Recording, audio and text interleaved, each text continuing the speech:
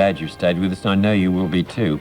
If I were asked to compile a list of what I feel are the 10 best movies ever made about the ancient world, or films that we'd call historical epics, I assure you that Land of the Pharaohs would be on that list. There are only a few for which I have enormous respect, and this is one of them. Now, I'm well aware that over the years there have been many people, critics and such, or people who think they're critics, saying rather nasty things about Land of the Pharaohs. And yet, when I've done a survey among my friends and my associates here at Channel 10, I have never yet found anyone who doesn't like the film. In fact, most people to whom I speak think it's one of the best films of its kind ever made. Now, what is the secret of its success?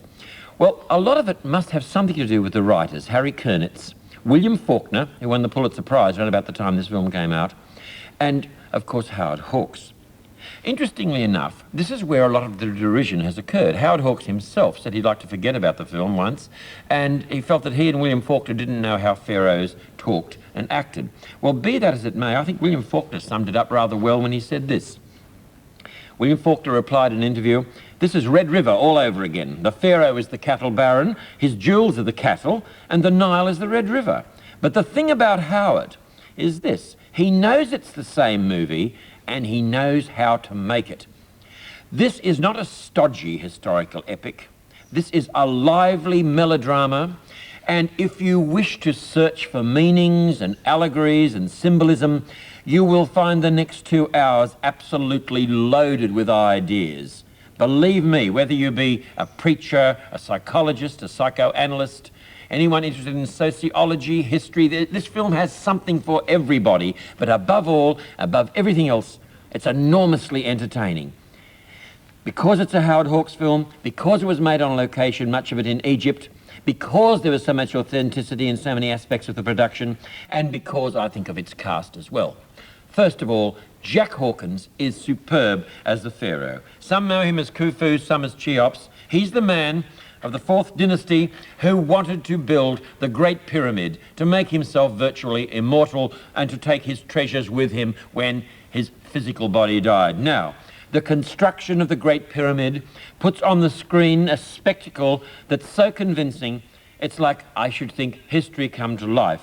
Because this is a brilliant blending of the imaginary and the real. These scenes I'm so impressed by, and I'm sure you will be tonight, because they're among the greatest scenes of mass activity, of corporate struggle you're ever likely to see on the screen. Now, they are alone enough to make Land of the Pharaohs a very special film.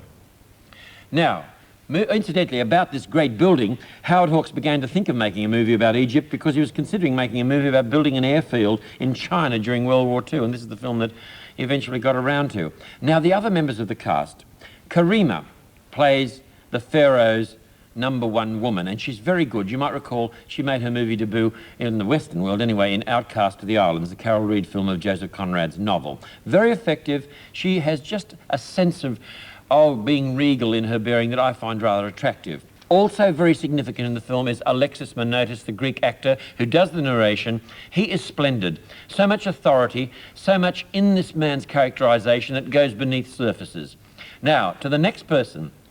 People say she's melodramatic, but you see, this is the point of Land of the Pharaohs, that you have this remarkable, gifted leader, this man who wants to be immortal, who is undone by this hussy.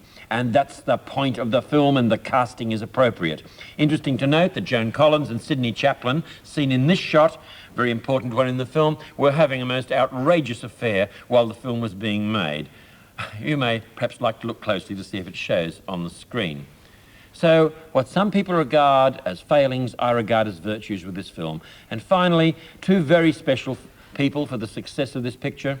They humanise it and add so much to its dignity in a very special way. James Robertson Justice is the man who designs the Great Pyramid, and Dewey Martin as his son. Dewey Martin, whose participation in this film leads to some of the very special scenes that I love, particularly with Jack Hawkins. Until its last few moments, I'm sure you're going to find this film exciting, suspenseful, some of it amusing, and all of it very impressive. It's quite an experience, one that I treasure. I hope you do too.